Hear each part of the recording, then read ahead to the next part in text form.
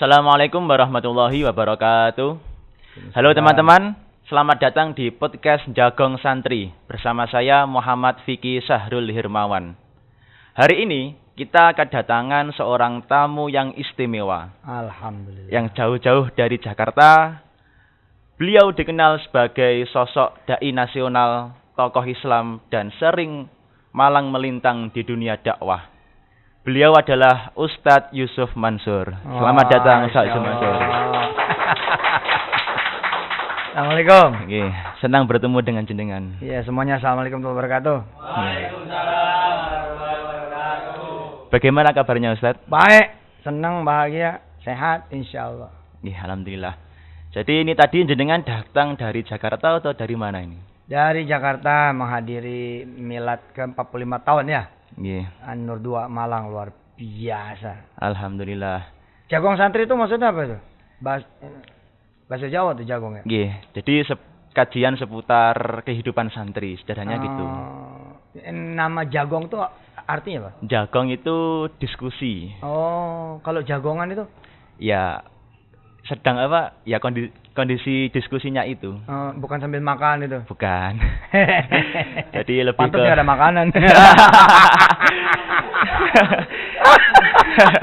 Jadi lebih ke diskusi sederhana gitu. Masya Allah. Oke.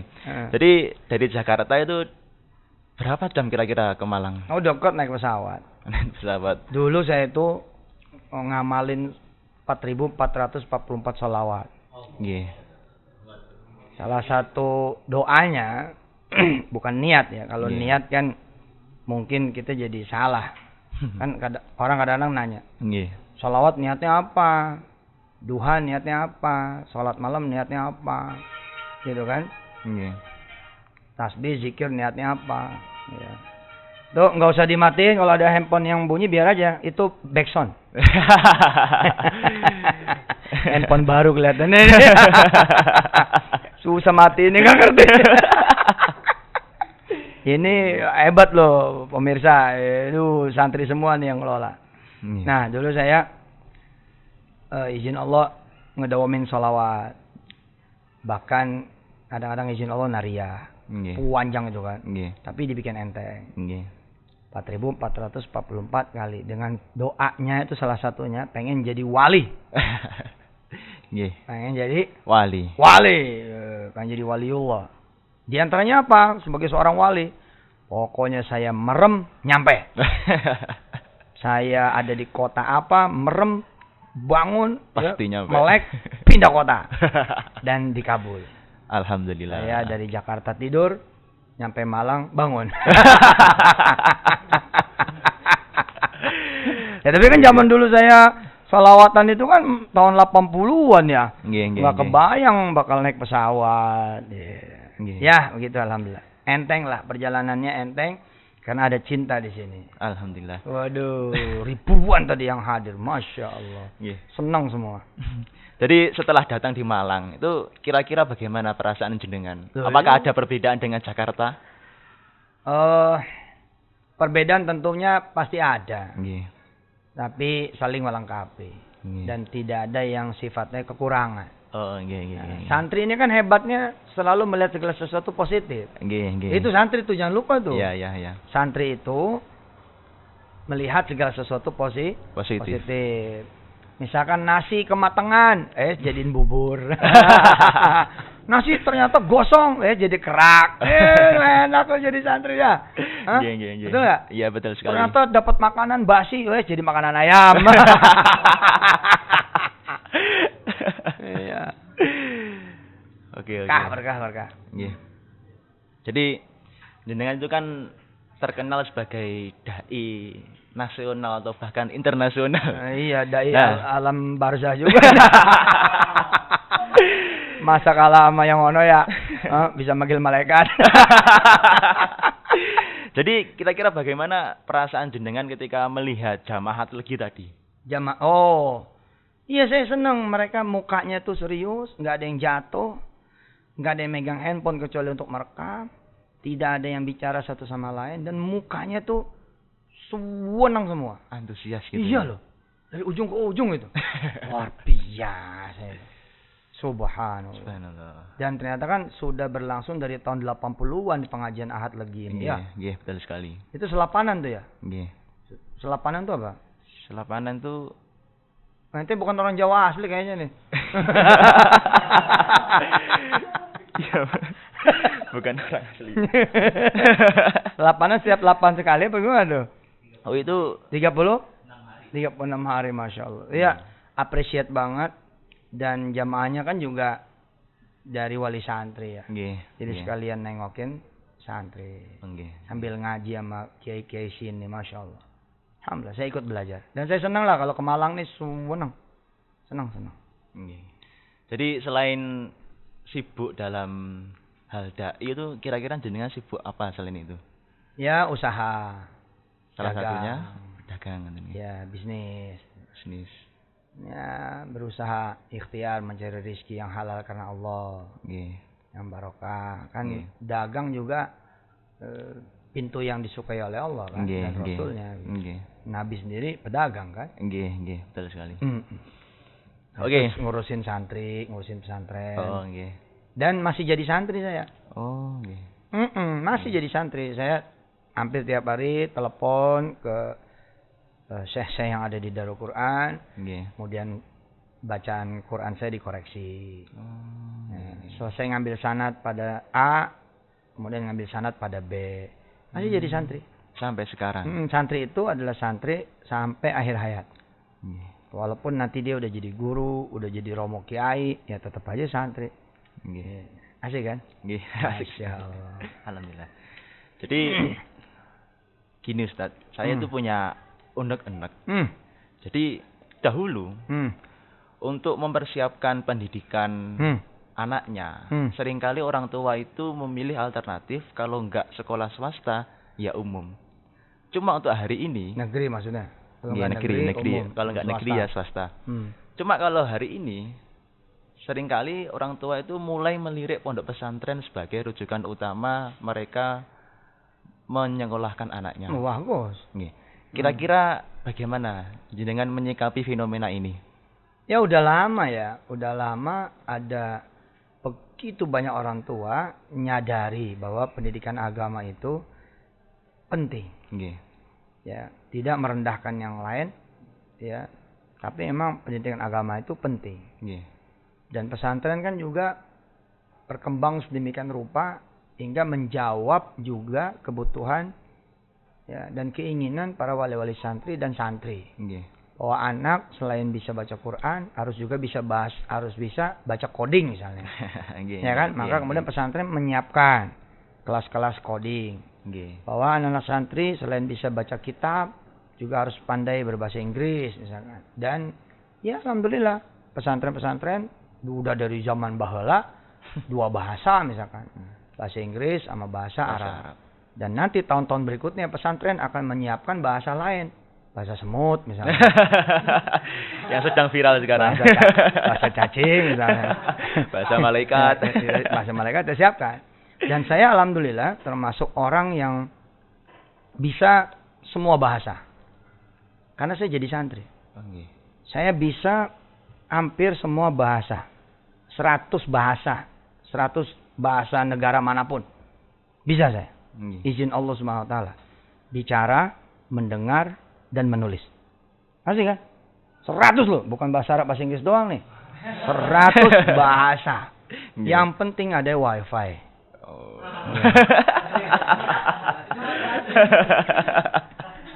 Yang penting ada internet. Google Translate. Pakai aplikasi, pakai AI gitu. Nah, untuk menjawab ini pesantren juga menyiapkan. Banyak sekarang pesantren-pesantren yang membuka kelas-kelas AI. Bagaimana kemudian ada AI yang dibawa kepada urusan kitab kuning. Ada AI yang digunakan untuk ilmu perbintangan, astronomi atau ilmu falakiyah. Jadi orang tua sekarang nggak usah lagi mengotak-ngotakan pesantren, nggak perlu. Karena pesantren sekarang sudah mampu menjawab tantangan itu. Tidak sedikit sekarang pesantren yang punya perguruan tinggi dan membuka fakultas kedokteran. Tidak sedikit. Banyak pesantren-pesantren sekarang yang punya fakultas kedokteran. Karena punya universitas. Artinya apa? Bila zaman dulu, kemudian kalau pengen, istilahnya ya, pengen kemudian anak soleh ke pesantren. Kalau pengen anak kerja, jadi profesional, jangan ke pesantren. Ya mungkin kalau sekarang bisa dua-duanya. Soleh iye, solehah iye, tapi jadi dokter iye, jadi arsitek iye, jadi penerbang iye. Ya, bahkan pesantren Darul Quran misalnya salah satu contohnya. Pesantren Darul Quran itu sudah melahirkan alumni yang merupakan orang kuatnya bandara. Alhamdulillah. Bayangin tuh. Alumni pesantren, santri, tapi menjadi orang kuatnya bandara. Karena dia kemudian kerja di bandara, ya tugasnya itu bawa mobil yang narik pesawat. Nah, kan jadi orang kuat bandara. Paham dah nih? Kok terlambat nih? Ketawanya terlambat ya. Ih, kuat bener kan? Nah, kan pesawat tuh mesti ditarik kan? Nah, kan pakai mobil tuh yang kecil. Ada supirnya. Berarti kan orang kuat.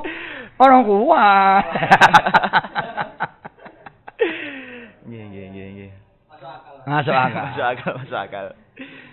Jadi seberapa penting peran pondok pesantren dalam menanamkan nilai-nilai keagamaan di era modernisasi ini? Penting. Dari satu sisi aja misalnya. Untuk menciptakan keluarga yang aman damai, desa, kampung, dusun yang aman damai, kota yang aman damai, kemudian provinsi, daerah yang aman damai, negara yang aman damai, maka diperlukan orang yang mengerti halal haram, baik buruk, berakhlak jelek atau berakhlak baik, pilihannya kan pasti akhlak yang baik. Nah, pesantren berkontribusi melahirkan individu-individu yang bukan peminum, bukan pemabok, bukan pezina, bukan maling, pencuri. Dari situ saja, maka sumbangan pesantren terhadap keamanan, ketenangan, kedamaian satu keluarga, satu desa, satu kota, satu provinsi, satu negara, satu dunia gede banget. Ya, Amerika Serikat misalnya, negara-negara maju superpower, untuk menekan angka kejahatan, mereka harus menggelontorkan uang sedemikian rupa untuk memberikan penyuluhan-penyuluhan ke rumah-rumah ibadah yang ada di Amerika. Ini contohnya. Nah di Indonesia negara tidak perlu memberi, gitu kan? Betul nggak? Negara tidak perlu memberi masjid-masjid, madrasah-madrasah, majlis-majlis talim untuk ngomong, tolong ya, jangan sampai ada kejahatan di kota kamu ya, di kampung kamu, dusun kamu. Ini duitnya nggak perlu. Kenapa? Karena tugas itu sudah kita lakukan oleh pesantren. Oleh pesantren, majlis, madrasah, masjid. Betul nggak? Maka negara ini harus berterima kasih. Dan sudah negara ini alhamdulillah sudah belakangan sudah mengakui kan ada undang-undang pesantren, ada rekonisi pesantren, anak-anak pesantren bisa masuk ke kepolisian, bisa masuk tentara. Dan zaman dulu saya masih menjadi santri saja, saya sudah bisa masuk kantor polisi mana saja. Sudah bisa masuk kantor tentara mana saja. Ya, ini hostnya mikir nih maksudnya apa? Ada yang lucu kayaknya ini. Lah yo cuma masuk aja kan. Gitu, Mas. Siap. Jadi berbahagialah negara bila banyak pesantren, bila banyak masjid, bila banyak majelis taklim. Kenapa? Karena pasti di situ diajarkan untuk menjadi orang baik. Sedangkan negara kalau udah berisi orang baik, ya negaranya baik. Kota, kampung, dusun, keluarga kalau udah berisi orang baik, mesti baik. Coba aja ada satu desa misalkan, ternyata ada pencuri berkeliaran. Wah itu nggak tenang, resah. Mau tidur khawatir, jendela ada yang nyongkel, pagar ada yang buka, motor ada yang bawa. Nah, karena kemudian orangnya pada baik, tidur nyenyak. Alhamdulillah. Ya nggak? Nah, terus apa lagi? Pesantren kemudian dengan izin Allah Subhanahu wa taala menghasilkan anak-anak yang tangguh. Ya toh? Anak pesantren kan tangguh-tangguh. Jauh dari ibunya, jauh dari ayahnya. Ya, yang lain pada senang-senang, dia rela kemudian bersusah-susah ngaji kitab, belajar kitab, sorogan, bandongan, puasa. Kemudian ngaji ini ngaji itu, halaqah ini halaqah itu, meninggalkan kelezatan masa mudanya. Itu tangguh itu. Sedangkan negara ini perlu orang-orang yang tangguh. Nah, belum lagi roda ekonomi. Misalkan ada 100 anak Maluku. Contoh gitu kan ya. Ada 100 anak Maluku begitu yang saya dengar. Ada di pesantren An-Nur 2 Bululawang Malang. Nggak sadar itu. Ekonomi kayak apa yang disebar oleh pesantren. Mata rantainya. Bahwa dia harus naik kapal laut. Bahwa dia harus naik pesawat. Nanti dia makan di restoran-restoran atau warung-warung makan yang dia temui di perjalanannya. Bensin kalau dia naik mobil dari Jawa Timur. Sesama Jawa Timur aja kok udah beda kota harus beli bensin. Mampir ke swalayan, mampir kemudian minimarket. Itu kan kontribusi pesantren luar biasa. Sangat besar sekali. Wah besar itu. Kalau 4.000, 8.000, apalagi ini 1.000 saja atau 100 saja anak santri. Maka udah ada 100 mata rantai ekonomi. Dan itu pesantren. Nah sekarang ada berapa puluh juta. Pesantren banyak sekali. Santrinya ya. Pesantrennya sekarang 40.000. 40.000 itu pesantren yang terdaftar. Yang nggak terdaftar mungkin 2 kali lipat. Jadi kontribusi pesantren ke negara bukan main. Apalagi pesantren kan sudah clear diakui sebagai salah satu yang mengantar Indonesia merdeka. Ya, dulu pernah ada santri jadi presiden kan? Gus Dur. Abdurrahman Wahid. Nah, kemudian era itu berlangsung lagi terus. Alhamdulillah ada santri yang menjadi wakil presiden. Nah, bukan tidak mungkin nanti Anda wawancari saya lagi dalam posisi saya santri jadi presiden. Amin. Ya karena kontribusi pesantren ya luar biasa. Bayangin coba, tidak pada tempatnya saja pesantren tidak mengeluh, tidak merasa dikucilkan, tidak merasa diasingkan, tidak merasa tidak diperhatikan, dan tidak minta perhatian juga. Apalagi jika kemudian negara ini dipimpin oleh santri beneran. Oh, pesantren beres itu. Wah, pilih saya.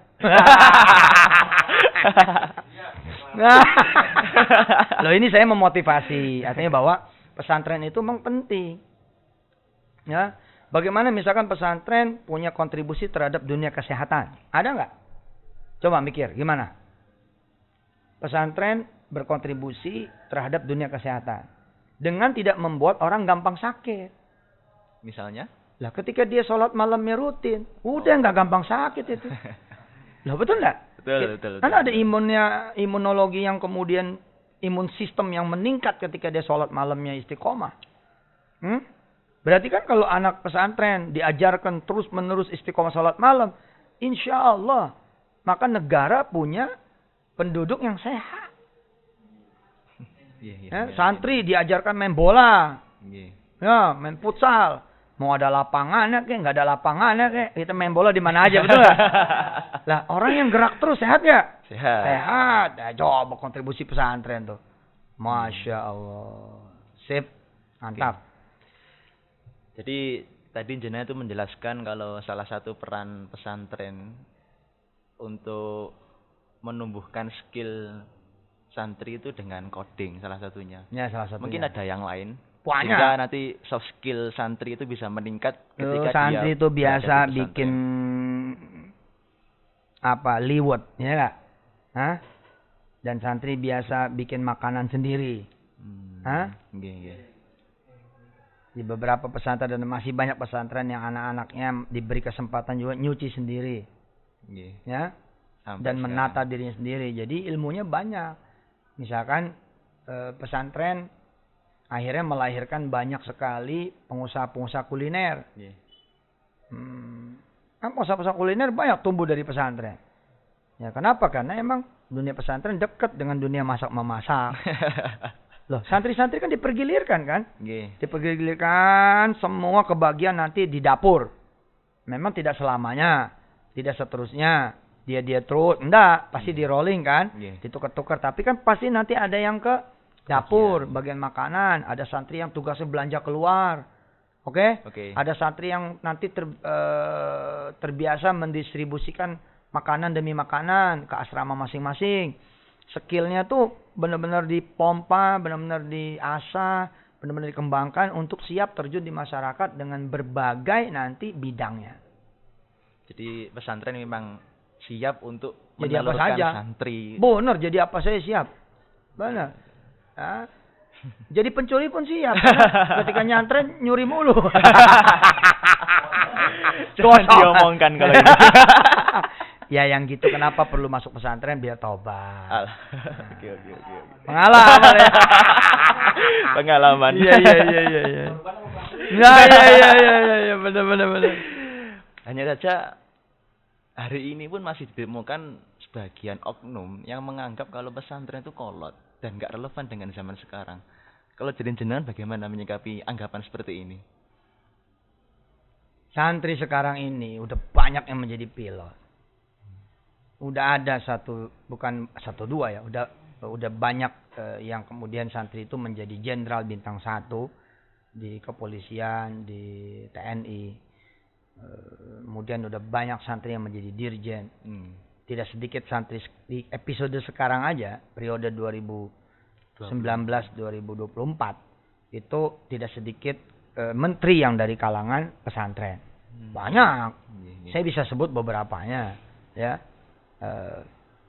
Artinya saya kok nggak yakin ya kalau masih ada orang yang beranggapan pesantren untuk kolot. Nggak yakin saya. Jangan-jangan itu cuma asumsi kita. Oh, iya. Kita yang merasa orang lain mandang kita itu jelek. Ya akhirnya pandangan itu yang benar. Karena kita membenarkan pandangan yang aslinya nggak ada.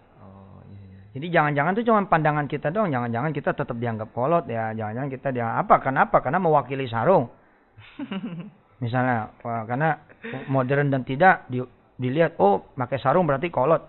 Sepertinya nggak ada sekarang ini yang masih beranggapan pesantren itu kolot. Saya rasa nggak ada. Kenapa orang nggak menyantrenin anak? Nggak jauh-jauh dari gini loh. Nggak sanggup berpisah. Bukan karena pesantren mah kolot tinggalan. Nggak ada sekarang. Nggak ada. Coba lihat pesantren An-Nur 2. Woi, bagus banget coba. Woi, pok. Iya loh, Darul Quran keren bener. Ya gak? Ada pesantren kemarin yang bikin drone pesawat. Ada tuh pesantren Tazaka di Batang itu. Woi, keren. Begitu upacara khutbatul iftitah nerbangin pesawat aero apa itu? Disebutnya aeronautika atau apa itu yang buatan santri. Pesawat loh. Luar biasa. Ya, jadi kalau ada orang nggak nyanterin anaknya itu rata-rata karena nggak mau misah, terkangen, atau paling takut anak-anaknya dapat bullying gitu. Ini lagi marak. Padahal itu nggak ada, dan derajat bullyingnya kadang-kadang juga bingung juga kita. Ya, masa anak nggak boleh dibentak, masa anak nggak boleh dipukul kalau emang dia salah. Toh untuk sampai derajat itu kan panjang kali lebar. Dan nggak mungkin pakai itu dulu, nggak mungkin. Kita ya di mana-mana ada teguran 1, teguran 2, teguran 3, hukuman fisik, push up, ya atau ya cubit gitu kan. Nah, sekarang nih derajat bullying kadang omongan kasar saja udah dianggap bullying. Ya itu. Padahal kalau dia di luar pesantren, di sono yang akan menyentuh anaknya bukan sekedar bullying tapi narkoba. Berat loh punya anak di luar pesantren loh. Coba aja buka data analitik Google dan lain sebagainya. Berapa anak yang sudah nggak perawan padahal masih SMP. Kadang-kadang masih SD. Mendingan di pesantren. Aman. Betul nggak? Oh pesantren. Bila ada terjadi kejadian kadang-kadang itu bukan pesantren. Kadang-kadang asalnya cuma panti asuhan. Tidak berizin. Halaqah-halaqah Quran yang bukan juga rumah tahfiz, mereka menamakan sendiri, terus tertutup, terjadi sesuatu, ya siapa yang tanggung jawab juga? Ya itu. Masukin mah yang jelas-jelas dong ya kan, yang ada izin negaranya, seperti An-Nur 2, Darul Quran dan banyak pesantren 40.000 jumlahnya, tenang aja. Bener, ada yang macam-macam kiainya masalah dengan santri, alah oknum itu. Siapa juga yang gelarin. Ini fakta ya. Kalian nih harus dengar ya. Ada pesantren yang sekali lagi masalah ilmu semua berhak punya ilmu yang bisa jadi karena dia belajar sungguh-sungguh bla bla gitu.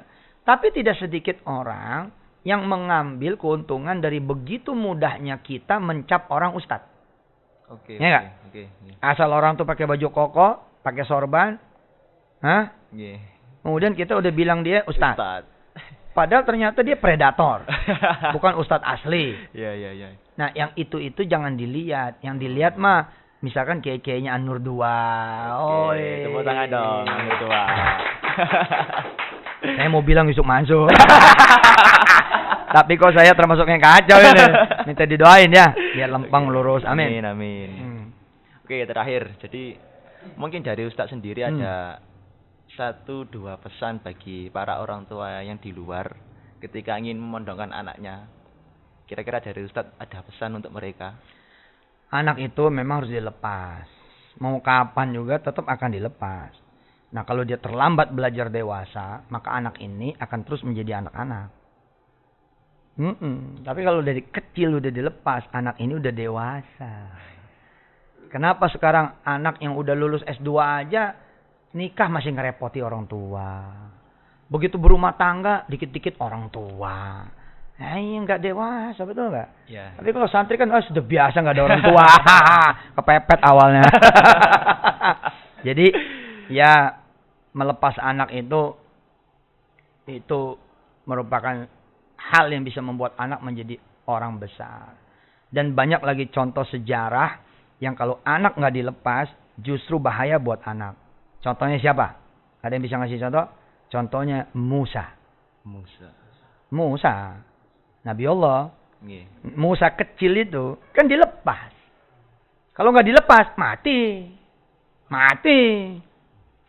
Dilepas kan, dimasukin keranjang, dilepas di sungai. Nail. Dan pesantrennya keren Nabi Musa itu. Kepala pesantrennya Firaun, Pak. Loh kan kepala pesantrennya pengasuh utama Firaun. Maha gurunya Nabi Musa Firaun itu, jangan salah loh. Bunyainya istri Firaun. Lah itu pesantren pertama juga loh hitungannya. Hah? Dilepas. Jadi harus berani ngelepas. Ibunya Musa ngelepas di Sungai Nil. Lah ini kan ngelepasnya di pesantren, Pak. Bukan sungai loh. Di pesantren. Ya. Terus Nabi Yakub melepas anaknya di sumur. Emangnya kita di sumur? Enggak kan? Ya enggak? Kita di sumber manten. Masuk. Sumber manten. Jadi sudahlah itu. Lagian apakah kita nggak boleh nengokin sebagai orang tua? Kan bebas. Asal ikut aturan. Ya jangan nengokin tiap hari. Tapi kalau nengokin berkala, ya pesantren malah senang kok dikunjungi. Ya kan? Ya. Didatangi, sekalian ngaji orang tuanya. Jadi ibu-ibu, bapak-bapak, para wali-wali santri, percayakan pendidikan terbaik sama anak. Dan kita sama-sama tahu Bapak Ibu bahwa bangunin anak sholat subuh itu susahnya minta ampun. Susah itu. Betul sekali. Bener. Bahkan jangan-jangan ikut nggak bangun sekeluarga kok. Betul nggak? Betul. Jangan nyuruh bangun. Pegang ngomongan saya. Ini yang kalau didengar sama wali-wali santri seluruh pesantren, pasti membenarkan ucapan saya. Jangankan membangunkan anak. Nyuruh anak tidur, susah setengah mati. Ya. Tidur kamu, handphone melulu, tetap aja handphone. Nyuruh anak tidur loh. Susah. Gimana nyuruh anak bangun coba? Itu belum nyuruh sholat, belum nyuruh ngaji. Sesuatu yang sangat mendasar sekali. Tapi di pesantren, hilang semua kewajiban orang tua itu, ditanggung bebannya oleh pesantren, dan pesantren enteng-enteng aja. Kenapa? Karena kalau nggak bangun, kita simper. Selesai. Urusannya nggak ada urusannya. Ya udah, pokoknya nggak bangun, gitu aja udah. Iya, ini juga harus bener nih bahwa nggak usah terlalu ham-haman di pesantren itu. Oke. Nah, kalau terlalu ham-haman, kita kayak nggak boleh mendisiplinkan anak. Susah malahan. Susah. Lagian kan kita nggak mungkin pakai kekerasan langsung, nggak mungkin. Iya. Itu kan yang ngelawan bener ya nggak. Kalau yang nggak ngelawan mah masa iya kan begitu. Oke. Oke, sebelum mengakhiri perbincangan kita dengan ayo ngopi dulu, ngopi. Ini sindiran ini. Oke. Mentang-mentang perdana. Oke, mungkin minumnya. Ustadz nih nggak bersyukur udah dikasih air putih. Canda ya. Pertama ini. mungkin dari Ustadz Yusuf Mansur ada closing statement untuk podcast kali ini. Iya, terusin jagung santrinya. Insya Allah manfaat. Dan undang orang-orang besar. Kalau perlu jangan dari yang lokal saja dan nasional. Kalau perlu yang dari internasional. Kenali siapa yang datang ke Jawa Timur. Ikut jemput. Culik kemari. Misalkan ada syekh dari Jordan. Ada syekh dari berbagai negara Timur Tengah. Atau ada pembicara-pembicara dari Amerika, bahkan yang non Muslim, nggak masalah itu, dudukkan di sini. Iya, bimbing syahadat.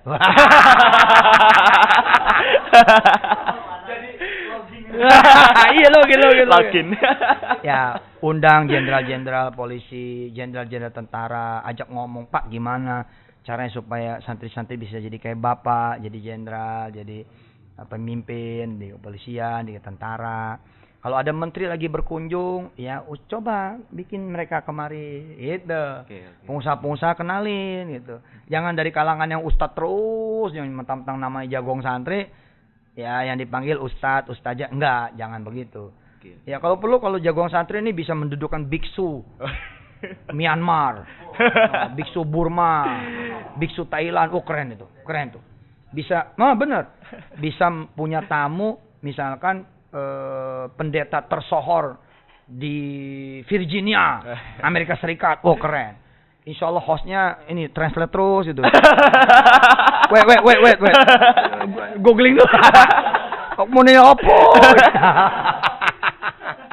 Ya gitu dah. Oke. Tepuk tangan buat Ustaz Mansur. Terima kasih Ustaz Mansur. Saya yang terima kasih. Telah berkenan hadir di podcast ini. Semoga semua sharing ilmunya bisa bermanfaat bagi kita semua. Siap. Oke teman-teman, mungkin cukup sampai di sini perbincangan kita bersama Ustadz Yusuf Mansur. Jangan lupa tuh, sampaikan, jangan lupa. Bilang coba, jangan lupa. Jangan. Iya ngomong dulu, jangan lupa. Jangan lupa. Pilih Yusuf Mansur. Pilih Ustadz. Iya. Presiden tahun berapa? Jangan lupa pilih Ustadz Yusuf Mansur sebagai presiden tahun 2030. 30. Kalau 30 kudeta itu. 29 ge. 2029 ya. Okay. 30 udah kudeta, Pak. Karena udah terpilih itu 29. Oh iya. Ya itu saya memotivasi ya. Maksudnya jangan sampai nolak jadi apa aja. Silakan. Oke, nantikan podcast-podcast selanjutnya yang akan tayang di channel YouTube An-Nur 2 Official. Dan jangan lupa subscribe dan terus ikuti channel YouTube An-Nur 2 Malang Official. Serta nantikan podcast-podcast selanjutnya. See you next time. Wassalamualaikum warahmatullahi wabarakatuh. See you next time. Keren. See you next time. Iya, keren. Assalamualaikum warahmatullahi wabarakatuh. Makasih ya. Hebat. Iki kena mental ini hostnya.